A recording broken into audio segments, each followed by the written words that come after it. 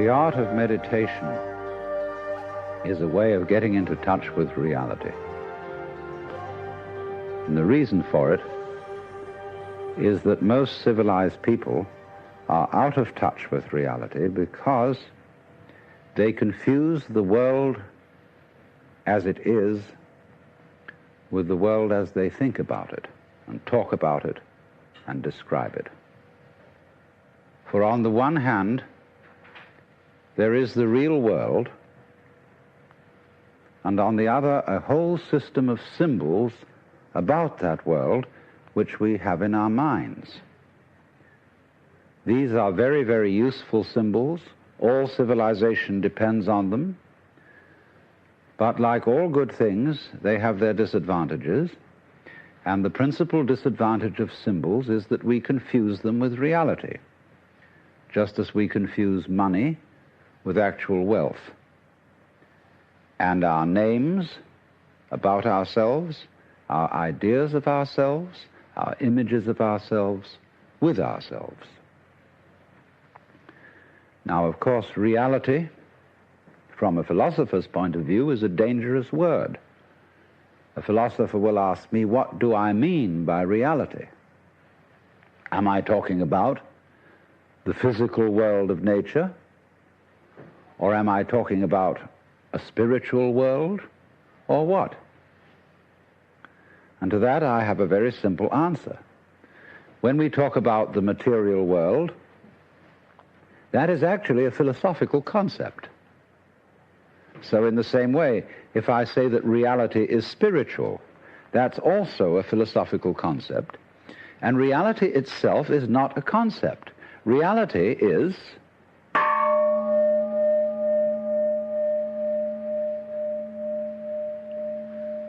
and we won't give it a name. Now, it's amazing what doesn't exist in the real world. For example, in the real world, there aren't any things, nor are there any events.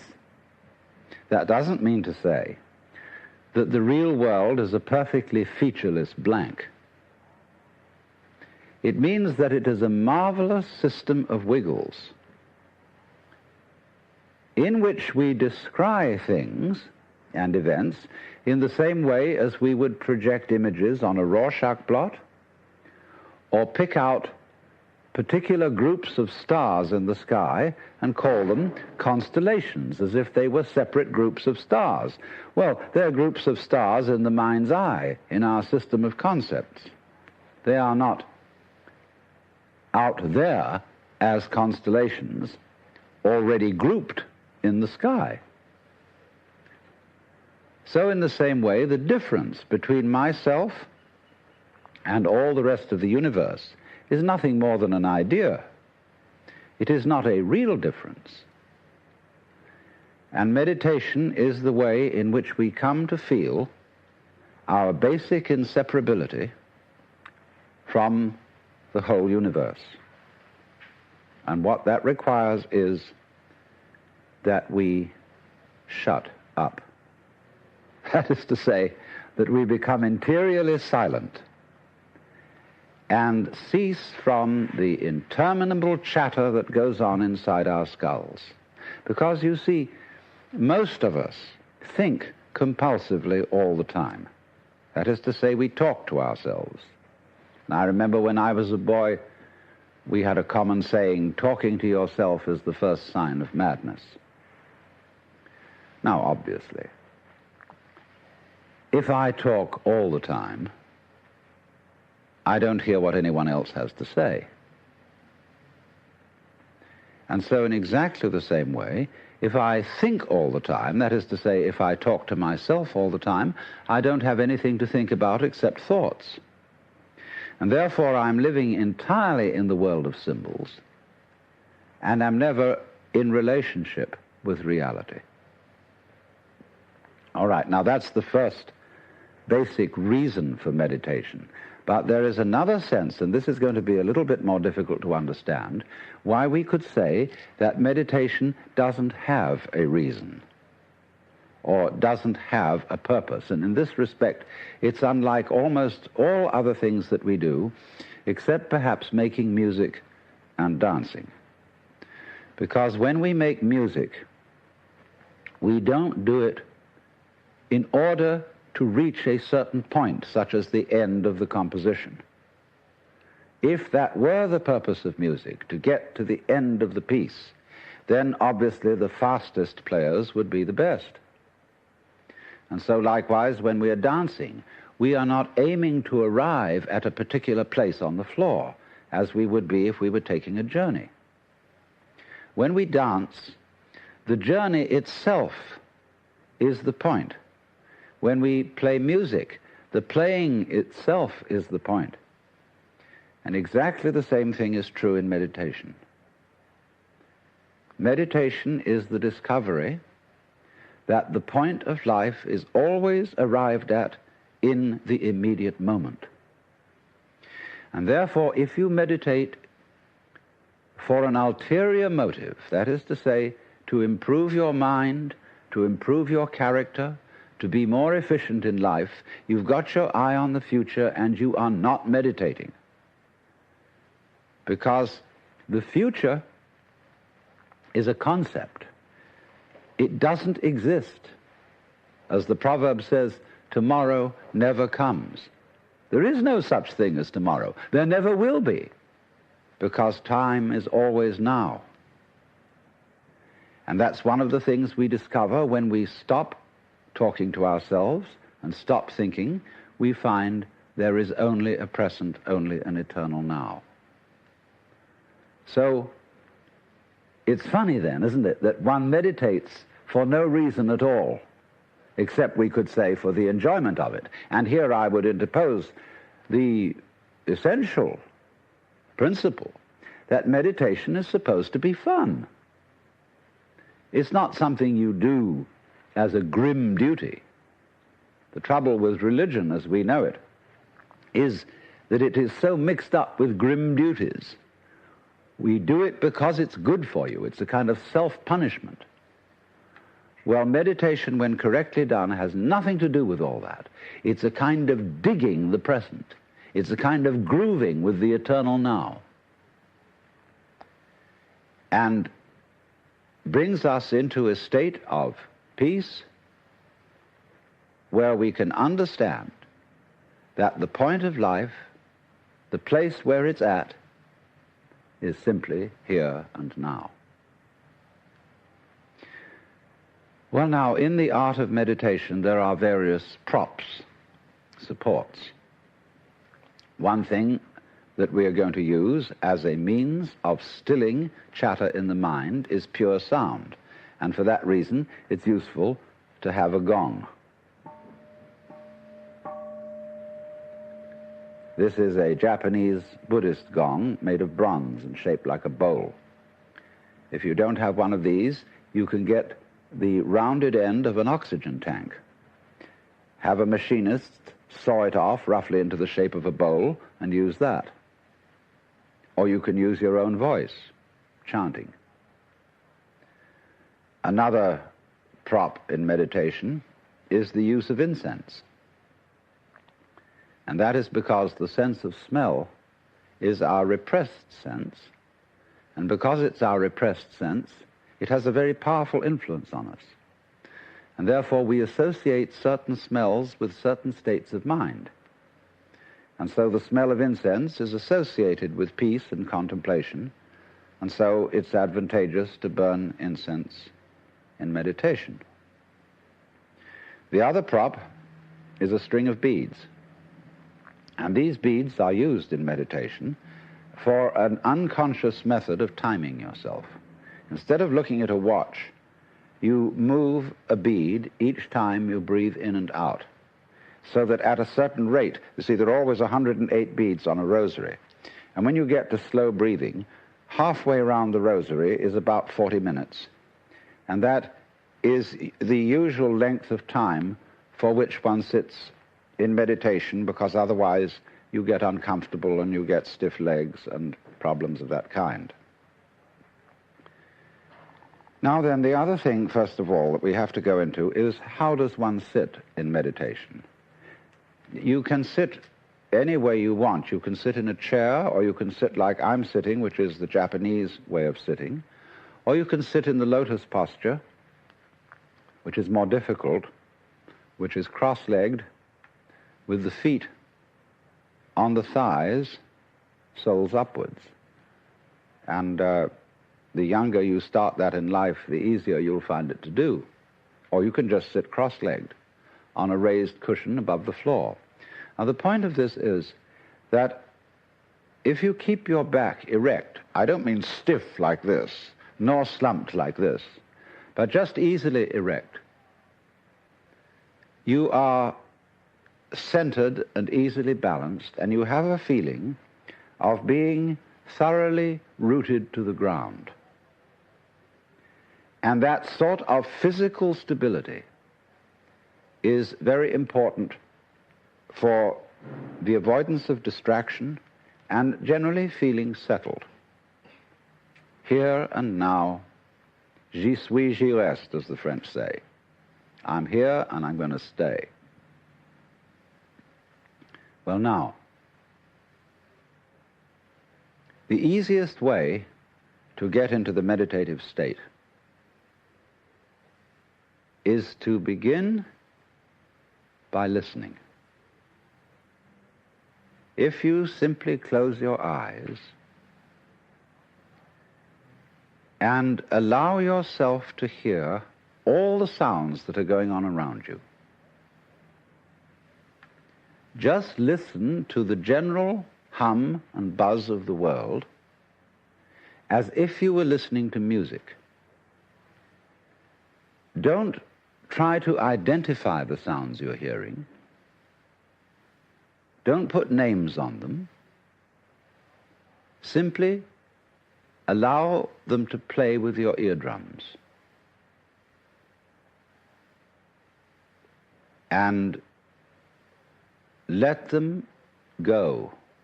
In other words, you could put it, let your ears hear whatever they want to hear. Don't judge the sounds. There are no, as it were, proper sounds or improper sounds, and it doesn't matter if somebody coughs or sneezes or drops something. It's all just sound. And if I am talking to you right now and you're doing this, I want you to listen to the sound of my voice just as if it were noise. Don't try to make any sense out of what I'm saying, because your brain will take care of that automatically. You don't have to try to understand anything. Just listen to the sound. As you pursue that experiment, you will very naturally find that you can't help naming sounds, identifying them, that you will go on thinking, that is to say, talking to yourself inside your head automatically. But it's important that you don't try to repress those thoughts by forcing them out of your mind, because that will have precisely the same effect as if you were trying to smooth rough water with a flat iron. You're just going to disturb it all the more. What you do is this. As you hear sounds coming up in your head, thoughts, you simply listen to them as part of the general noise going on, just as you would be listening to the sound of my voice, or just as you would be listening to cars going by or to birds chattering outside the window. So look at your own thoughts as just noises.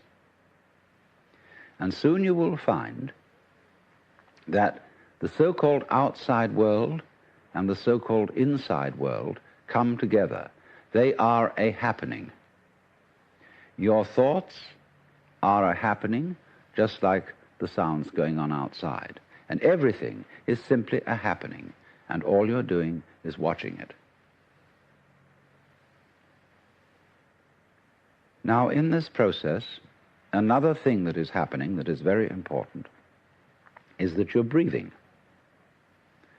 And as you start meditation, you allow your breath to run just as it wills. In other words, don't do at first any breathing exercise, but just watch your breath breathing the way it wants to breathe. And notice a curious thing about this. You say in the ordinary way, I breathe, because you feel that breathing is something that you are doing voluntarily, just in the same way as you might be walking or talking. But you will also notice that when you are not thinking about breathing, your breathing goes on just the same. So the curious thing about breath is that it can be looked at both as a voluntary and an involuntary action.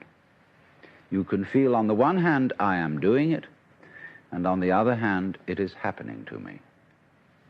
And that is why breathing is a most important part of meditation, because it is going to show you, as you become aware of your breath, that the hard and fast division that we make between what we do on the one hand and what happens to us on the other is arbitrary.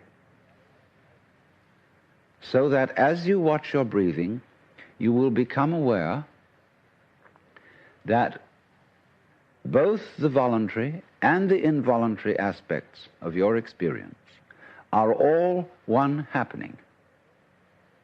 Now that may at first seem a little scary, because you may think, well, am I just the puppet of a happening, the mere passive witness of something that's going on completely beyond my control?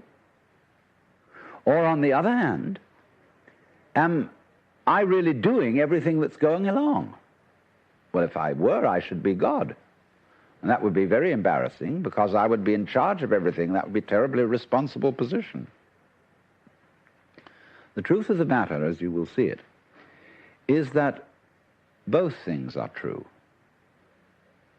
You can see it that everything is happening to you, and on the other hand, you're doing everything. For example, it's your eyes that are turning the sun into light. It's the nerve ends in your skin that are turning electric vibrations in the air into heat and temperature. It's your eardrums that are turning vibrations in the air into sound, and in that way, you are creating the world. But when we're not talking about it, when we're not philosophizing about it, then there is just this happening, this, and we won't give it a name. Now then, when you breathe for a while, just letting it happen,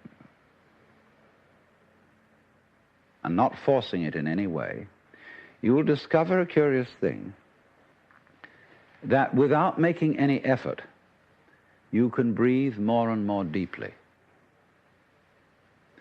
In other words, supposing you simply are breathing out, and breathing out is important because it's the breath of relaxation, as when we say, whew, and heave a sigh of relief.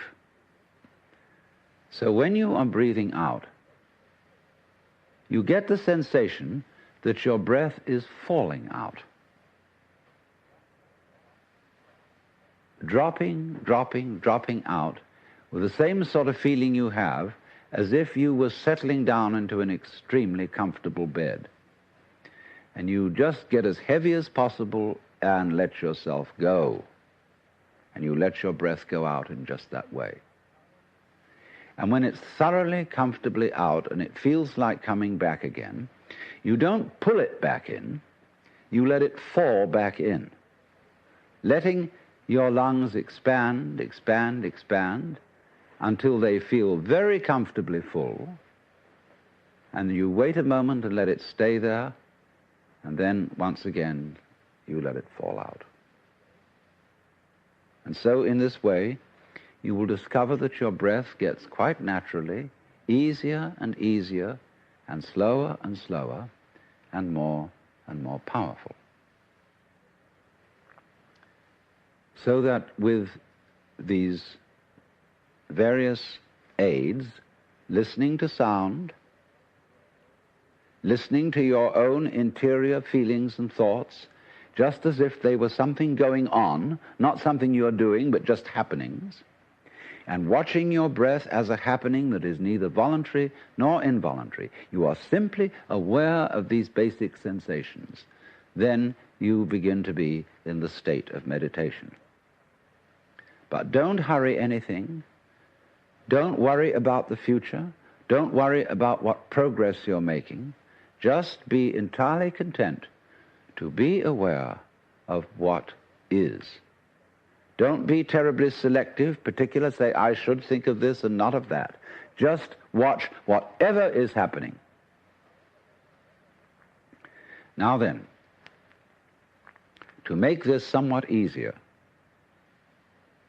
to have the mind free from discursive verbal thinking, sound or chanted sound is extremely useful.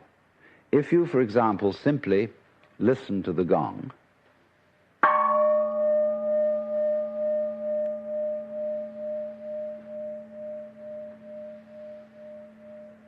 and let that sound be the whole of your experience. It's quite simple. It requires no effort.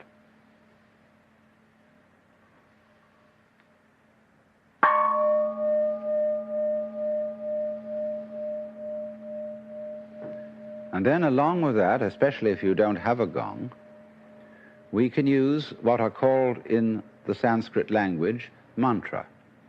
Mantra are chanted sounds which are used not so much for their meaning as for the simple tone. And they go along with that easy kind of slow breath. One of the basic mantras is, of course, the sound Om. That sound is used because if you spell it out, A-U-M, it runs from the back of your throat to your lips, and therefore it contains the whole range of the voice. And for that reason, it represents the total energy of the universe. This word is called the pranava, the name for the ultimate reality, for the which, than which there is no witcher. And so, in this way then, if you chant it,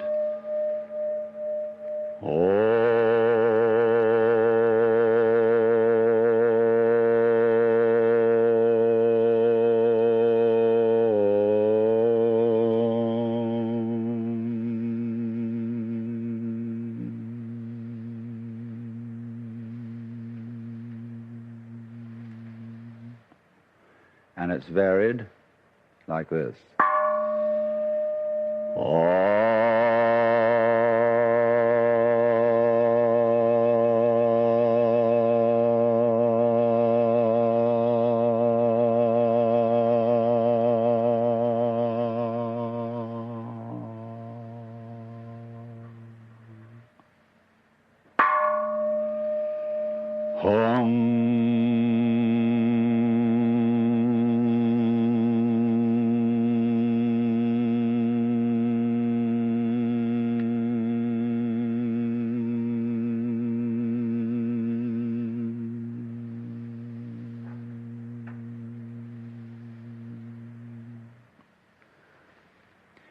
And you can keep that up for quite a long time, and eventually you will find, as you go on chanting, that the words of the chant will simply have become pure sound. And you won't be thinking about it. You won't have any images about the sound going on in your mind. You will simply become completely absorbed in sound, and therefore you will find yourself living in an eternal now in which there is no past and there is no future and there is no thing called difference between what you are as knower and what you are as the known, between yourself and the world of nature outside you. It all becomes one doing, one happening. Now, in addition to those slow-moving chants, you may find it, according to your temperament, easier to do a fast-moving one. These have a sort of rhythm to them that is absorbing. Say, a chant that many of you have heard that goes, Hare Krishna, Krishna Krishna, Hare Hare, Hare Krishna, Krishna Krishna, Hare Hare, Hare Rama, Rama Rama, Hare Hare, Hare Krishna, Krishna Krishna, Hare Hare, Hare Rama, Rama Rama, Hare Hare. And it doesn't matter what it means. Actually, Krishna and Rama are the names of Hindu divinities. But that's not the point. The point is just to get with that thing that is running. Hare Krishna, Krishna Krishna, Hare Hare, and so on. And if you're a Christian or a Jew and you feel more inclined to use a meditation word that is more congenial to you, you can use, say, Alleluia, Alleluia,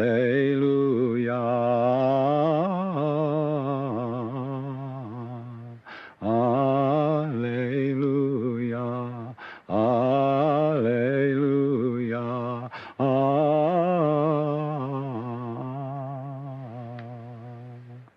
Or if you're a Mohammedan, you can use the Allah, the name of God. They have a way of doing it, you know, which gets very exciting. It goes, Allah, Allah, Allah, Allah, Allah, Allah, Allah, Allah, Allah, Allah, Allah, Allah, Allah,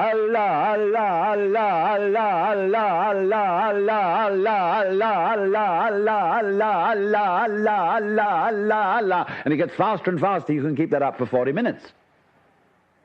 And you'll be out of your mind. But you see, to go out of your mind at least once a day is tremendously important, because by going out of your mind you come to your senses. And if you stay in your mind all the time, you are over-rational. In other words, you're like a very rigid bridge, which, because it has got no give, no craziness in it, is going to be blown down in the first hurricane.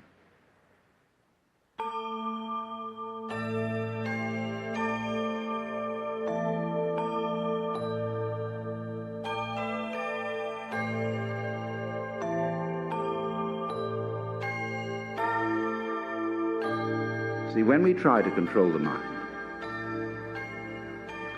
a lot of yoga teachers try to get you to control your own mind, mainly to prove to you that you can't do it. There's nothing, you know, a fool who persists in his folly will become wise. So what they do is they speed up the folly. And so you get concentrating. And you can have a certain amount of superficial and initial success by a process commonly called self-hypnosis.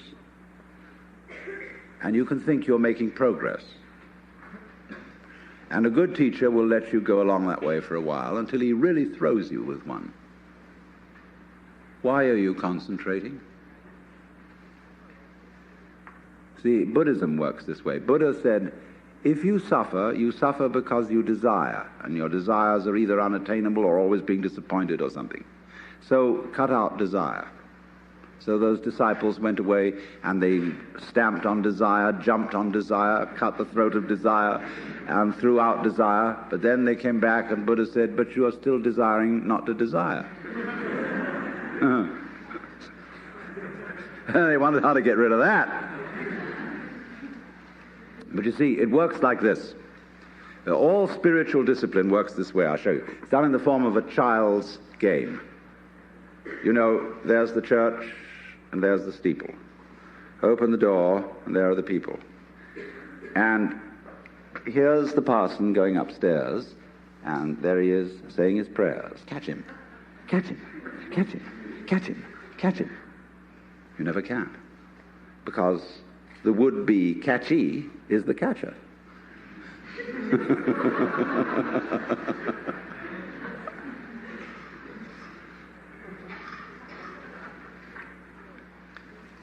So then, that's like desiring not to desire. Or loving out of a sense of duty. Trying to be spontaneous because you ought to be. See? All that is nonsense.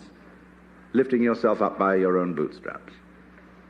So when you see that that's nonsense, there naturally comes over you a quietness. In seeing that you cannot control your mind, you realize there is no controller. What you took to be the thinker of thoughts is just one of the thoughts. What you took to be the feeler of the feelings, which was that chronic muscular strain, is just one of the feelings. What you took to be the experiencer of experience is just part of the experience. So there isn't any thinker of thoughts, feeler of feelings. We get into that bind because we have a grammatical rule that verbs have to have subjects. And the funny thing about that is that verbs are processes and subjects are nouns, which are supposed to be things. How does a noun start a verb? How does a thing put a process into action? Obviously it can't. But we always insist that there is this subject called the knower. And without a knower, there can't be knowing. Well, that's just a grammatical rule. It isn't a rule of nature. In nature, there's just knowing, like you're feeling it. And I have to say you are feeling it, as if you were somehow different from the feeling. When I say I am feeling, what I mean is there is feeling here. When I say you are feeling, I mean there is feeling there. I have to say even there is feeling. What a cumbersome language we have. Chinese is easier. You don't have to put all that in. You can say things twice as fast in Chinese as you can in any other language. Well, anyway, when you come to see that you can do nothing, that the play of thought, of feeling, etc., just goes on by itself as a happening, then you are in a state which we will call meditation. And slowly, without being pushed, your thoughts will come to silence. That is to say, all the verbal, symbolic chatter going on in the skull. Don't try and get rid of it, because that will again produce the illusion that there's a controller. Just, it goes on, it goes on, it goes on, and finally it gets tired of itself and bored and stops. And so then there's a silence. And this is a deeper level of meditation. And in that silence, you suddenly begin to see the world as it is. And you don't see any past, and you don't see any future. You don't see any difference between yourself and the rest of it. That's just an idea. You can't put your hand on the difference between myself and you. You know, you can't blow it, you can't bounce it, you can't pull it. It's just an idea. You can't find any material body, because material body is an idea. So is spiritual body. This is somebody's philosophical notions. See, reality isn't material. That's an idea. Reality isn't spiritual. That's an idea. Reality is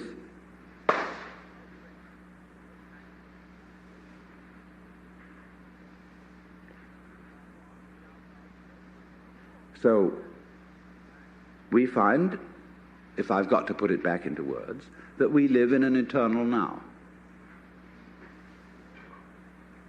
You've got all the time in the world, because you've got all the time there is, which is now. And you are this universe.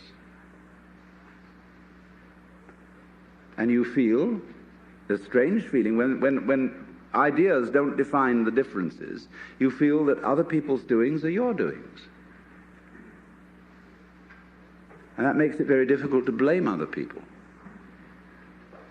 If you're not sophisticated theologically, you may, of course, run screaming in the streets and say that you're God.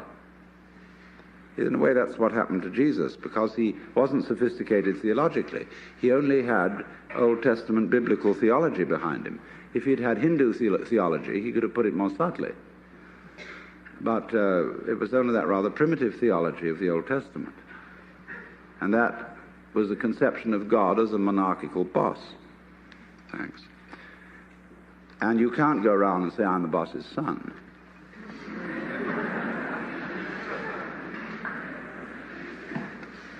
If you're going to say, I'm God, you must allow it for everyone else too. But this was a heretical idea from the point of view of Hebrew theology. And so what they did with Jesus was they pedestalized him. That means kicked him upstairs so that he wouldn't be able to influence anyone else. And only you may be God. And that stopped the gospel cold right at the beginning. It couldn't spread. Well, anyway, this is therefore to say that the transformation of human consciousness through meditation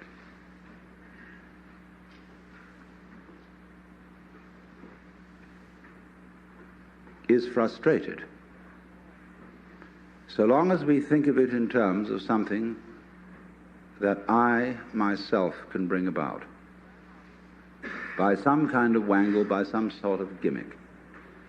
Because, you see, that leads to endless games of spiritual one-upmanship and of guru competitions, of my guru is more effective than your guru, my yoga's faster than your yoga, I'm more aware of myself than you are, I'm humbler than you are, I'm sorrier for my sins than you are, I love you more than you love me. This interminable goings-on about which people fight and wonder whether they are a little bit more evolved than somebody else and so on. All that can just fall away. And then we get this strange feeling that we have never had, you see, in our lives, except occasionally by accident. Some people get a glimpse that we are no longer this poor little stranger and afraid in a world it never made, but that you are this universe, and you are creating it at every moment, because you see it starts now. It didn't begin in the past. There was no past. See, if the universe began in the past, when that happened it was now. See? Well, it's still now. And the universe is still beginning now, and it's trailing off like the wake of a ship from now. In the wake of the ship fades out, so does the past. You can look back there to explain things, but the explanation disappears.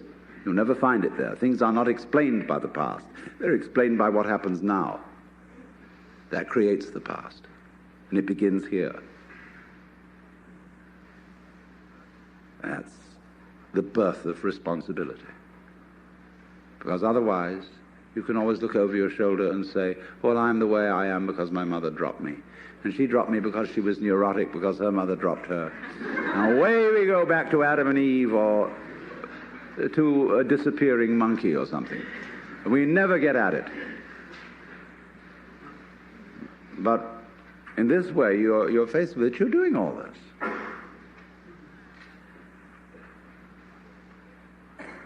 And that's an extraordinary shock. So, cheer up. You can't blame anyone else for the kind of world you're in. And that helps a great deal. Because most of the good things we are trying to do are based on blaming somebody else and to improve them. Kindly let me help you or you'll drown, said the monkey, putting the fish safely up a tree. If, therefore, we would stop blaming others, it would be very difficult to go about a war with a straight face. And if you know, you see, that I, in the sense of the person, the front, the ego, it really doesn't exist, then it won't go to your head too badly if you wake up and discover that you're God.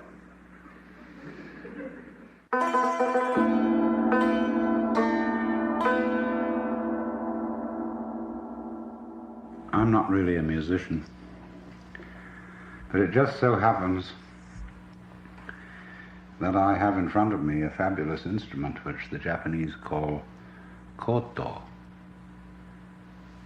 I suppose it would be best described as a table harp. A long instrument, stringed with bridges, horizontal harp.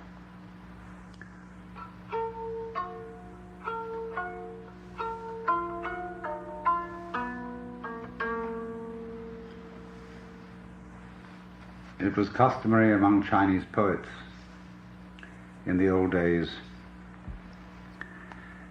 to read poetry and strum on the lute or table harp at the same time. And I've got here a curious old text called Saikontan, which means the vegetable root discourses, written by Kojisei somewhere around 1624. And I thought I'd like to read some of this to you. And to get into the right mood, I suggest that you try to become a little stupid. That is to say, childlike, as if you hardly knew how to talk and didn't really know very much about anything that's going on. Just listen as you would listen to the wind.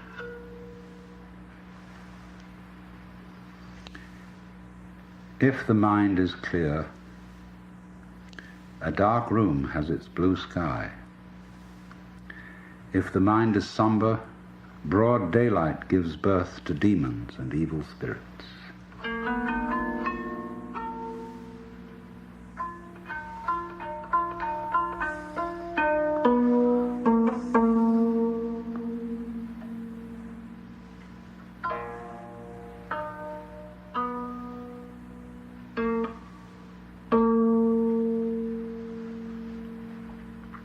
The just man has no mind to seek happiness. Heaven, therefore, because of this mindlessness, opens its inmost heart. The bad man busies himself with avoiding misfortunes. Heaven, therefore, confounds him for this desire. How unsearchable are the ways of heaven, how useless the wisdom of man.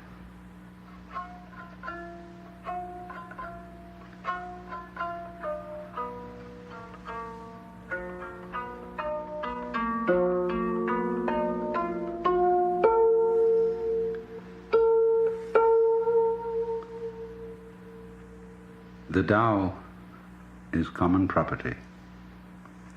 It should be pointed out to all we meet. Learning is as ordinary as eating rice at home. According to the circumstances, it should be applied circumspectly.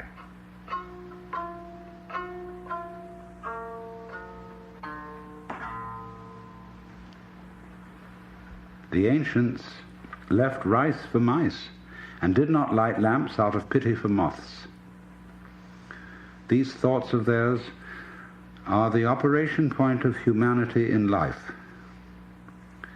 Lacking this, a man is a mere earthman, a wooden body.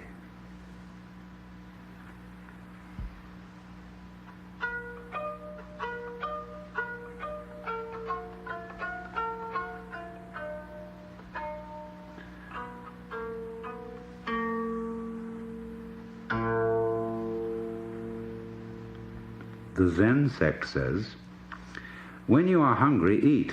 When you are weary, sleep. Poetry aims at the description in common language of beautiful scenery. The sublime is contained in the ordinary, the hardest in the easiest. What is self-conscious and ulterior is far from the truth. What is mindless is near.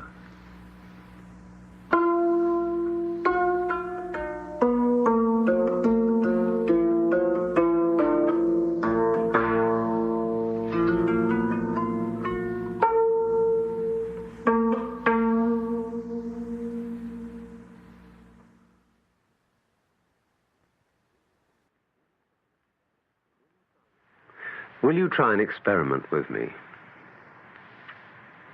Simply close your eyes and allow your ears to hear all sounds around you. Don't try to name or identify these sounds. Just hear them as you would listen to music, as when you hear a flute or a guitar, without asking what it means.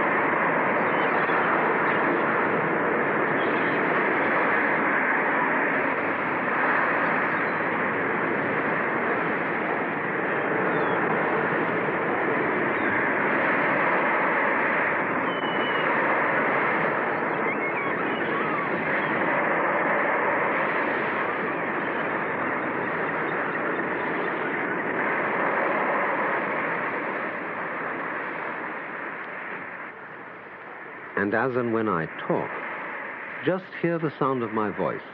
Don't bother about what it means. Your brain will take care of that by itself. Just let your eardrums respond as they will to all vibrations now in the air. Don't let yourself or your ears be offended by improper or unscheduled sounds. If, for example, the record is scratchy, okay. You wouldn't object if you were listening to it sitting by a fire of crackling logs.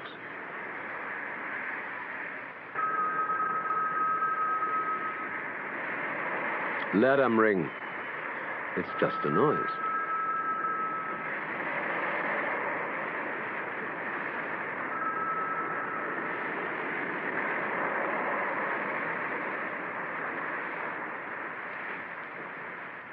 And keep your tongue relaxed, floating easily in the lower jaw. Also stop frowning. Allow the space between your eyes to feel easy and open. And just let the vibrations in the air play with your ears.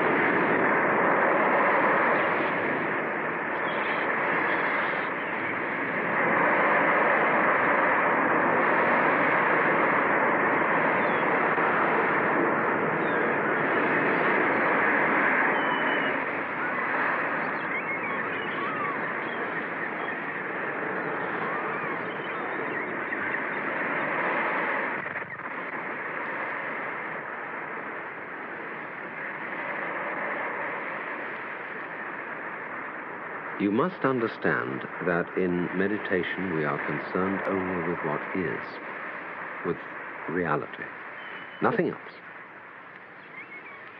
The past is a memory, the future an expectation. Neither past nor future actually exist. There is simply eternal now. So don't seek or expect a result from what you're doing. That wouldn't be true meditation. There's no hurry. Just now, you're not going anywhere. Simply be here. Live in the world of sound. Let it play. That's all.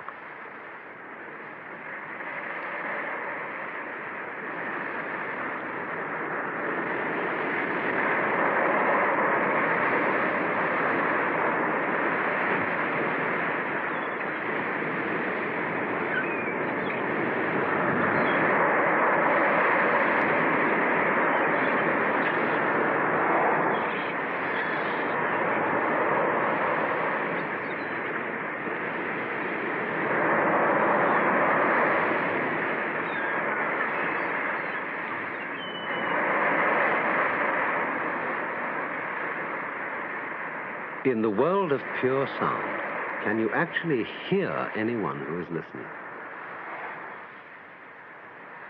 Can you hear any difference between all these sounds on the one hand and yourself on the other?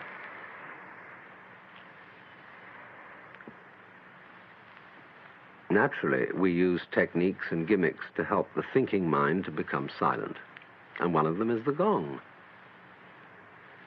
It is a sound at once pleasing and compelling. It absorbs attention. But watch what happens when it fades out.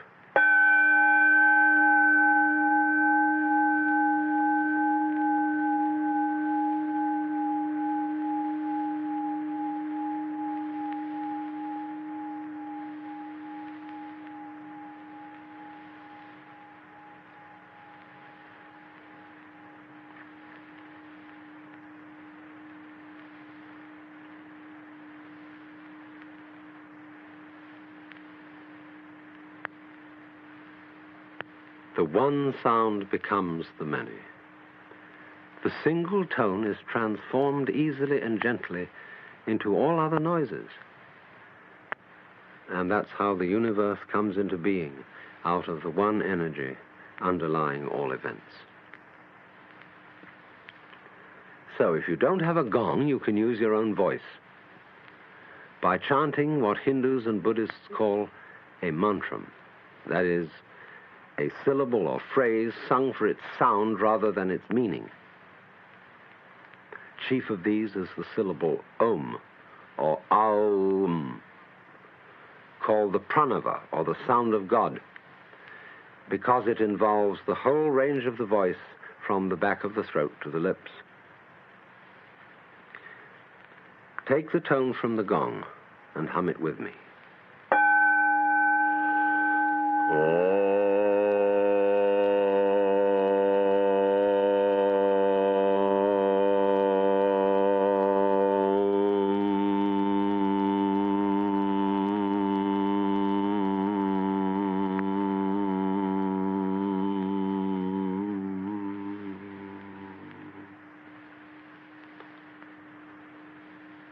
Now you can hear all sounds as Om.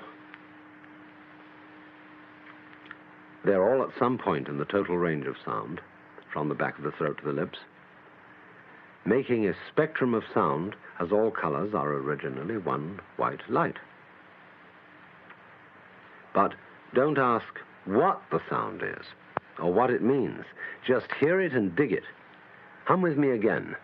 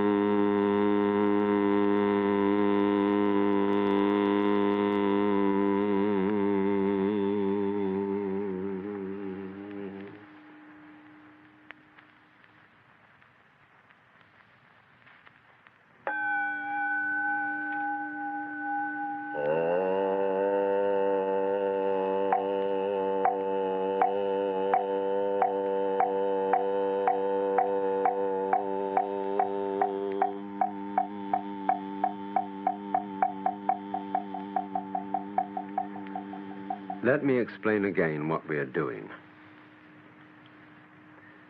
We are going behind words, names, numbers, beliefs, and ideas to get back to the naked experience of reality itself.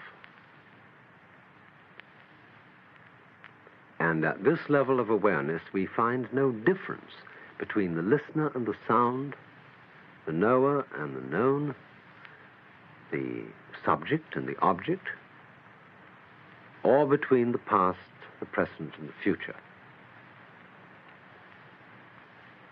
All that's just talk. What is really happening is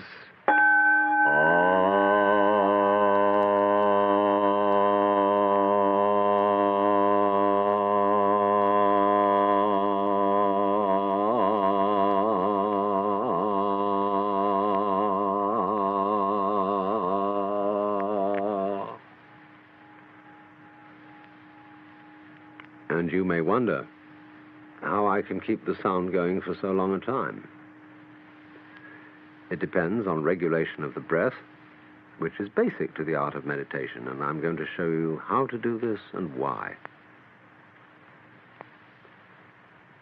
To begin with,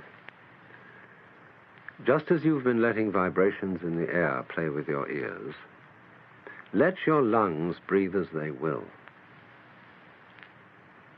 Don't as yet attempt any breathing exercise. Don't force anything. Simply allow breathing.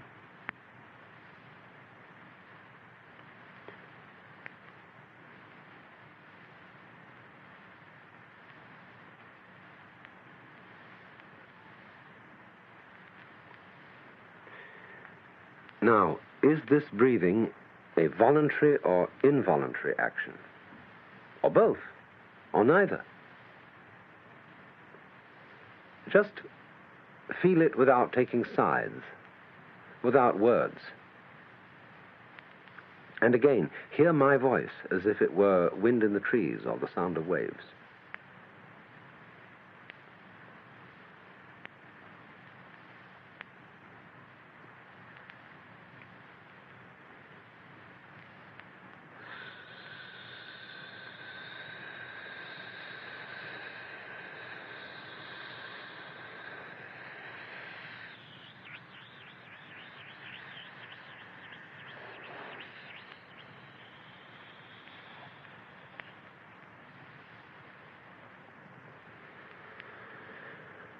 Most of us are short of breath. We never really empty our lungs. But to make a long, complete out-breath, you mustn't force it. Imagine there's a large ball of lead inside your neck, and allow it to fall slowly through your body to the floor, pushing and easing the breath out as it drops. Ease the breath out just as you settle and sink down comfortably into a bed. And when the ball reaches the floor, let it drop away as if to the center of the earth.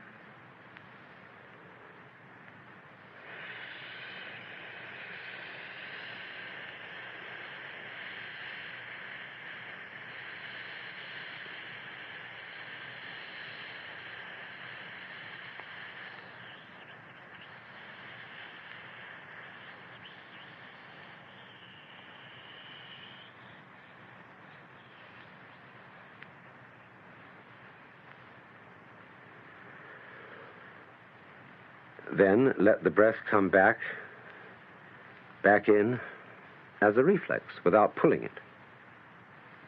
And then imagine another ball of lead in the neck. And again, let it fall out, long and easy.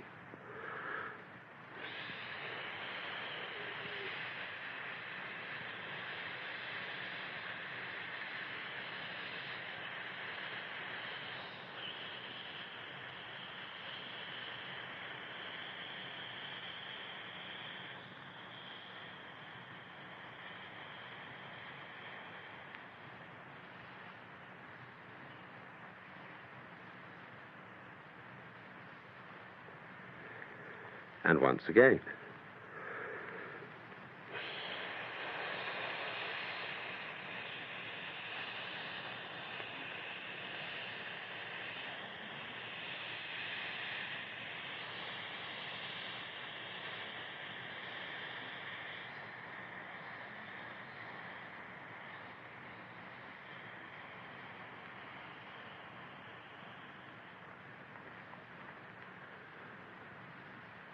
Now, do you see what's happening? You are generating a great deal of energy without trying or forcing. Two things seem to be happening at once. First, the outflow of breath is simply falling, happening all by itself. Second, it's under perfect control. So from this practice, you learn to experience, to realize that what happens to you and what you do are one and the same process. There is no real separation between one thing called you and another quite different thing called the universe. When you stop talking and naming, they're quite obviously one. So again, let your breath fall easily out.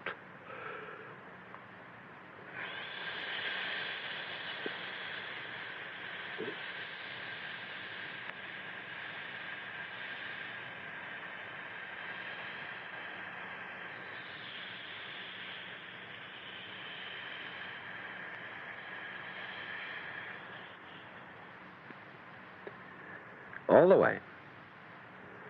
Let it come back on its own, and then out again.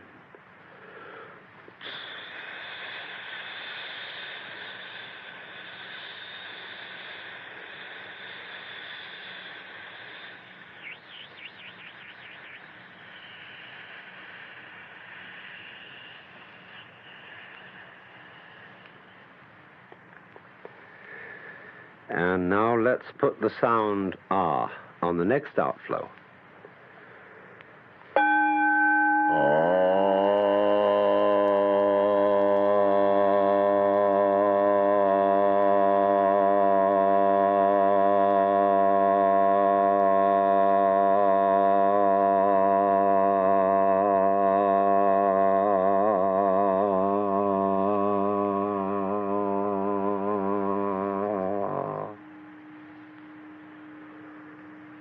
And again, so that you have nothing in mind but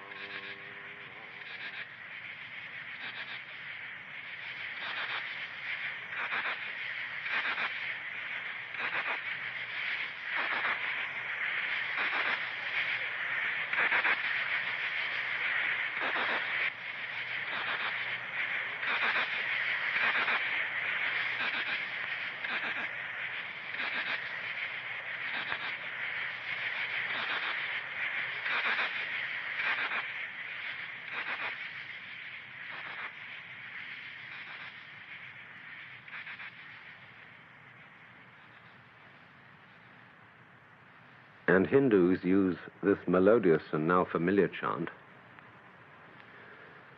Hare Krishna, Krishna Krishna, Hare Hare, Hare Rama, Rama Rama, Hare Hare, Hare Krishna,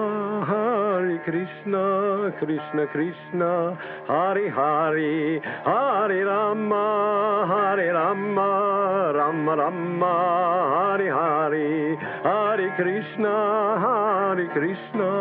Krishna Krishna, Hare Hare, Hare Rama,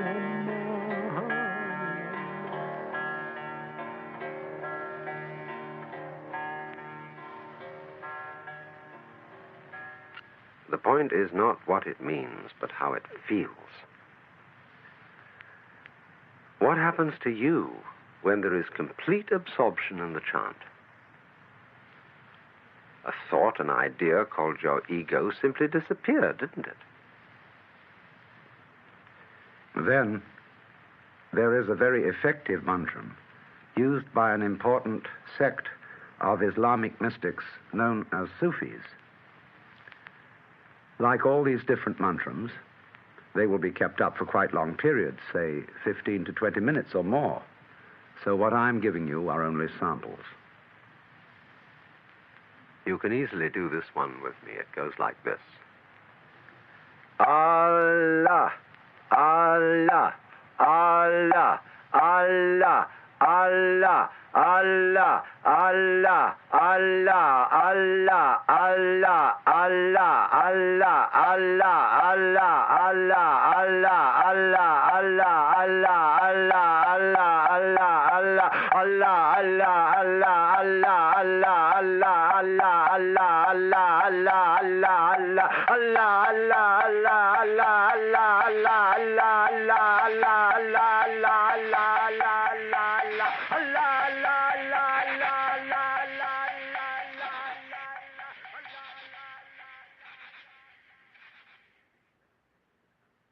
Meditation has no purpose, no objective, except to be entirely here and now.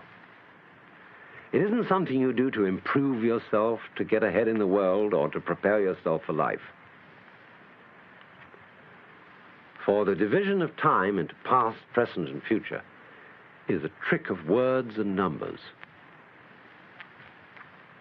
All memories and expectations exist now, and now only, because now is what there is and all that there is. We could say that the past flows back from now, like the wake from the prow of a ship, and then just like the wake vanishes. As the wake doesn't drive the ship, the past does not propel or move the present. Unless you, here and now, want to insist that it does, and so give yourself a perpetual alibi for every kind of irresponsibility. But I'm not preaching. That would be a diversion from our feeling centered in this eternal here and now, from feeling it directly as the reality. Again then,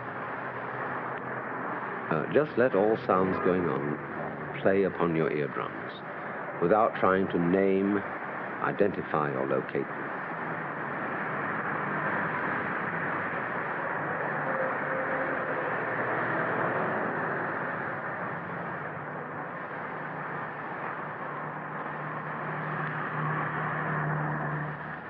Relax your tongue. Let it just float in your lower jaw. Close your eyes.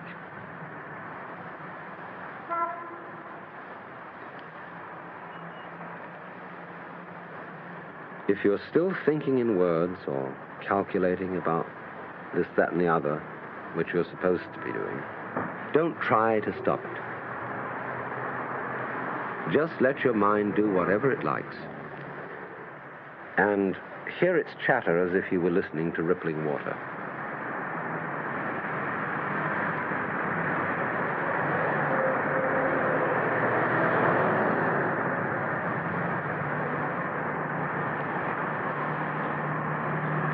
So then, we're going to try and find out and feel what we mean by the word now. Not the idea, but the actual sensation.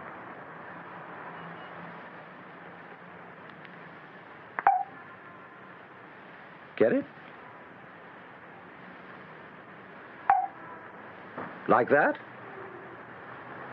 Or this?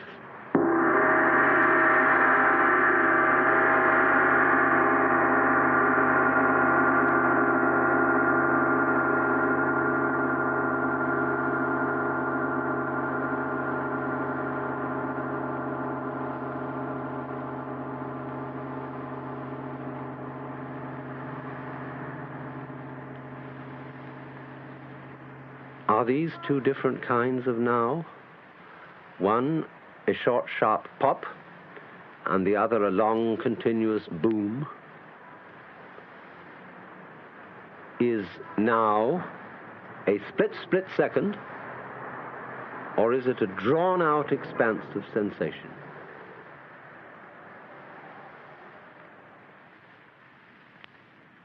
Try this. Just stand up for a moment. and take 3 steps forward.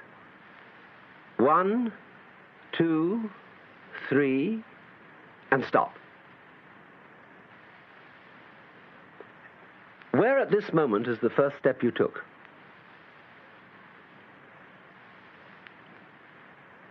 And where is the next movement you're going to make?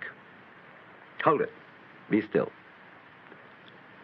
Next movement hasn't happened. Past movements aren't here. Where are you? When are you? What is the position of the universe? When is it? Where is it?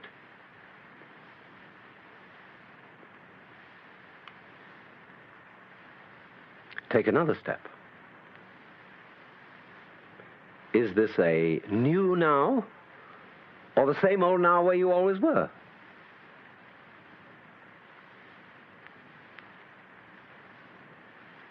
The next step is not with your feet, but with your imagination. Recall the first step that you just made. Now, when are you?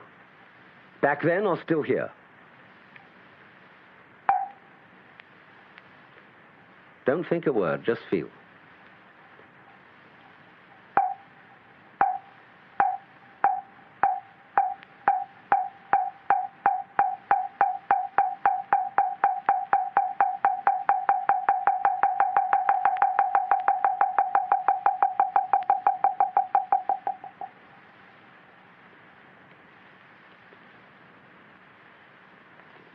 So, please sit down again and relax.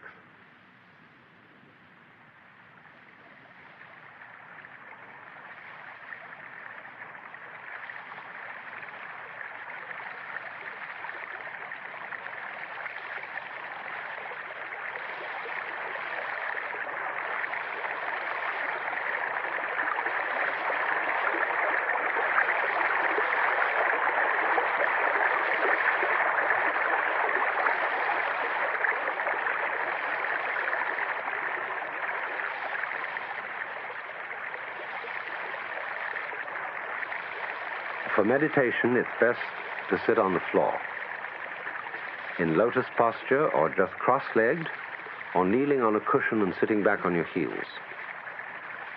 Spine straight, hands with palms upward, resting upon each other. The reason for this position is that it's firm and grounded, and just uncomfortable enough to keep you from going to sleep. But don't fight the discomfort. Relax into the position just as you have learned how to relax and to ease out a long, long breath, and so create energy without strain. In the same way, if you have understood that there is no time but now, you will be able, without the least difficulty, to sit in this way for a long time, as measured by the clock. Once again, the essence of the whole art is to feel, to experience, to sense what is, what happens, without defining it, without saying anything to yourself about it. So let your breath flow easily, heavily down and out again. No strain.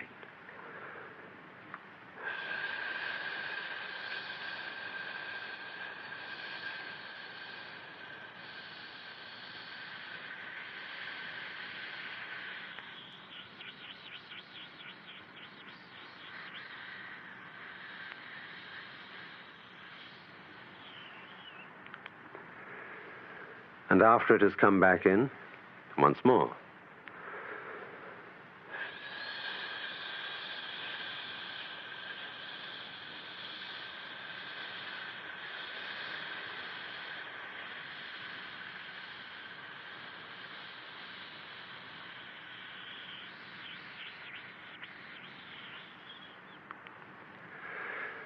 Keep it up. We are going to play it along with the sound mu, a Chinese-Japanese word which means that which isn't a thing, a think, a thought, an idea, but reality itself. The very sound.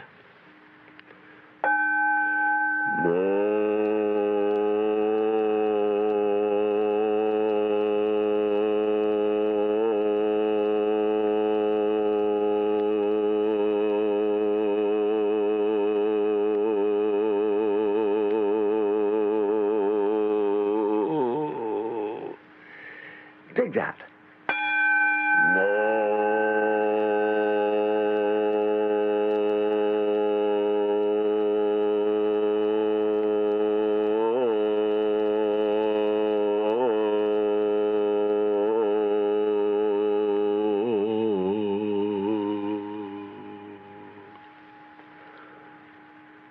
What is moo?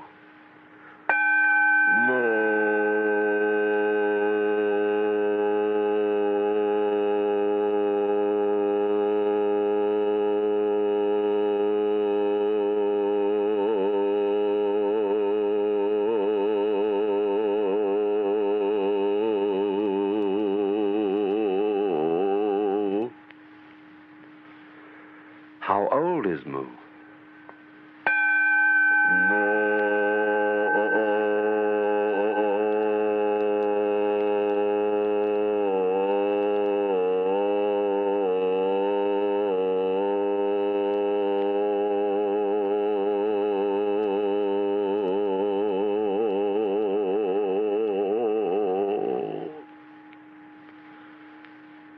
What do you mean by moo?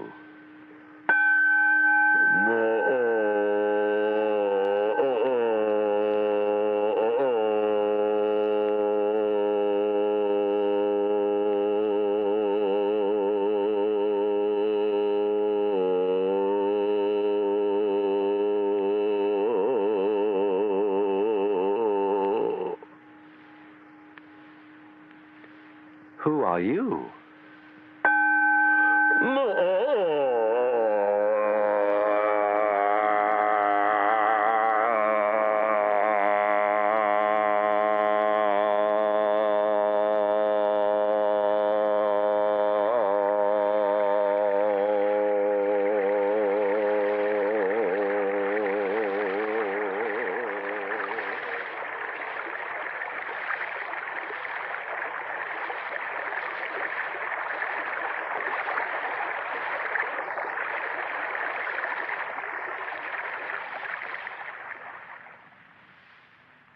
Well then, who are you? What is you? What is I? Some people say it's this body, others the mind, the ego or the soul. But all those, body included, are names and notions. Can we experience the self directly, like a sound, a flame, or any other object? Put your hands on that mysteriously invisible thing known as your head. Keep your eyes open, easily, blinking occasionally without staring. Let's assume that all ordinary ideas of what myself is are either so wrong or so doubtful that we must investigate the matter directly. But to do that, you must first get the sensation, the feeling of yourself without forming any idea. Regard words in the head as mere noise.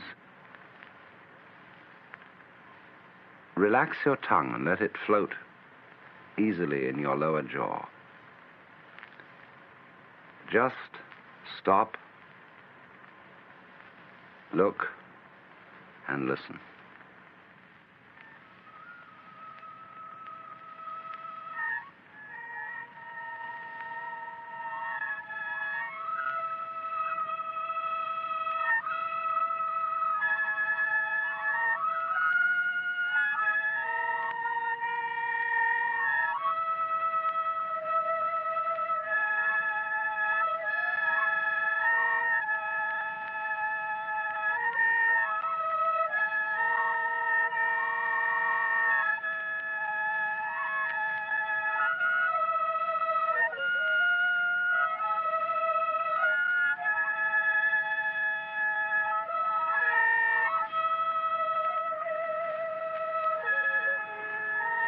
Now, let the various colors and shapes before you play with your eyes, just as you have been letting sounds play with your ears.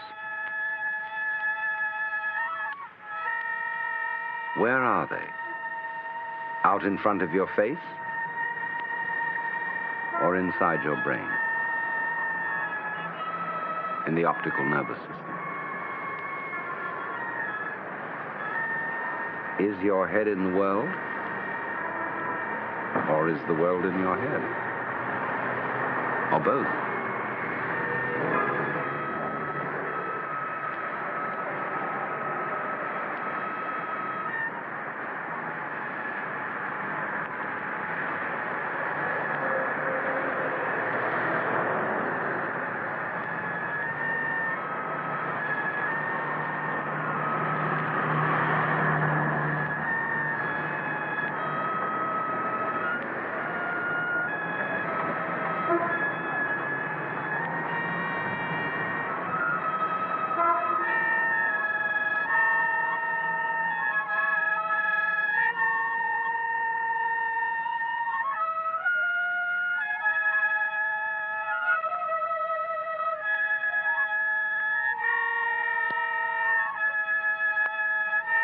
Odd, isn't it? Either you were everything you felt, or you just didn't feel yourself the feeler at all, just as you didn't see your eyes. All or nothing. As is said in an ancient Chinese text called The Secret of the Golden Flower, between the all and the void is only a difference of name. Will you please stand up and put your hands on your hips with wrists upwards? Now, let's all just laugh.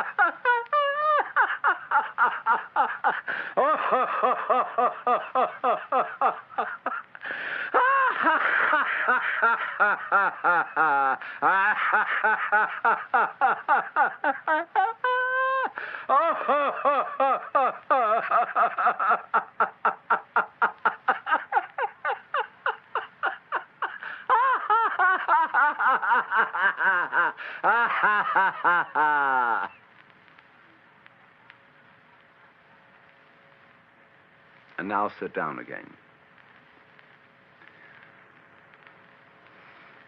This Zen master told me that you should do that first thing in the morning when you get up.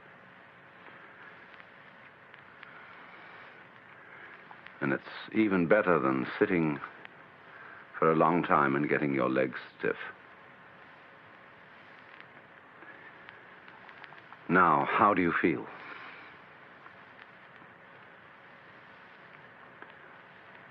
Where was you when you were laughing?